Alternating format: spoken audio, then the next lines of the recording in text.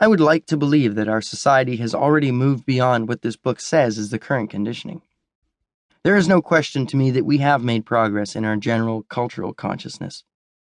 There may be some people who feel that we have moved on. I often find these to be the people who have made it financially or professionally in the system.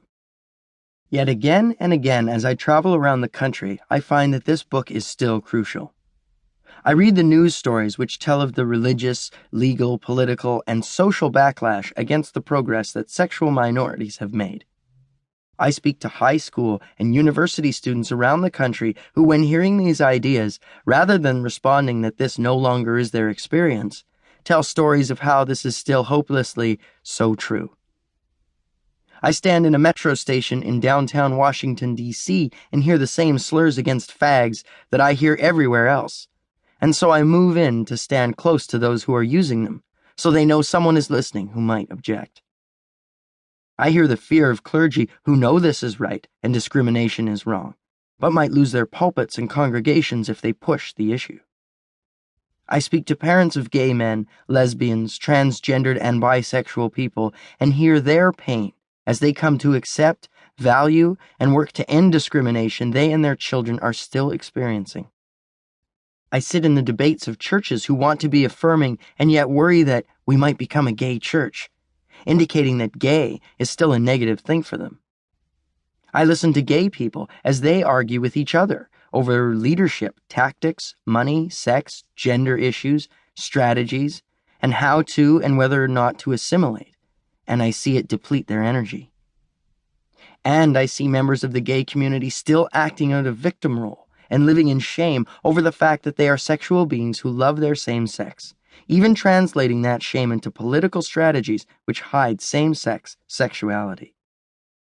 On top of all this, even after decades of the second wave of a woman's movement which has taught us much, and a shorter men's movement in which men were trying to break out of conditioned gender patterns, I still see a nation obsessed with maintaining gender roles and continuing to promote a national foreign policy based on conditioned ideas of male honor and shame.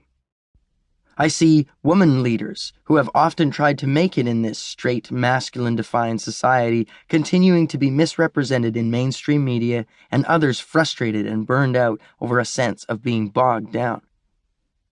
I see men's groups struggling to know why they exist and where to go next.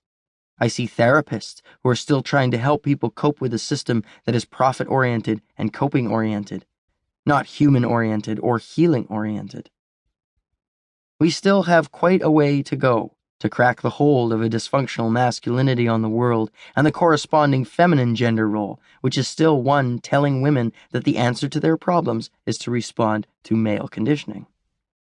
I am convinced that issues of gender roles, what is masculinity, what is femininity, go hand in hand with the acceptance of people who do not identify as heterosexual.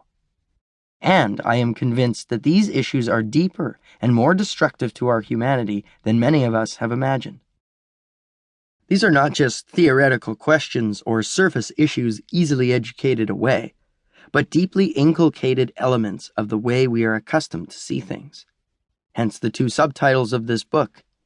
We will not be in touch with what it is to be human as long as we cannot accept, affirm, and value transgendered and bisexual people and lesbians and gay men. Many people and experiences have influenced me in writing this book. Actually, the readings at the end of the chapter were discovered subsequent to the ideas here, but they are listed to encourage further study and personal growth, and to allow me to affirm something of the breadth of the community in which I write and work. I have also read many of the conservative responses to these writings and found that those I recommend stand up against the critics who don't want to change the structure of things. Those who have attended my workshops have added so much to my understanding. What is exciting is that they have come with such a variety of backgrounds. I remember an early workshop for the Methodist parishes in extreme northern Kansas, held in the small town of Bern, which is up near the Kansas-Nebraska border. Those 30 people who committed a half day to this work were the first to teach me that all over the country, in places which seem to be the middle of nowhere to city folk, there are people, yes, even religious people, who know that something is wrong with the current dominant rhetoric of anti-gay religious and political extremists.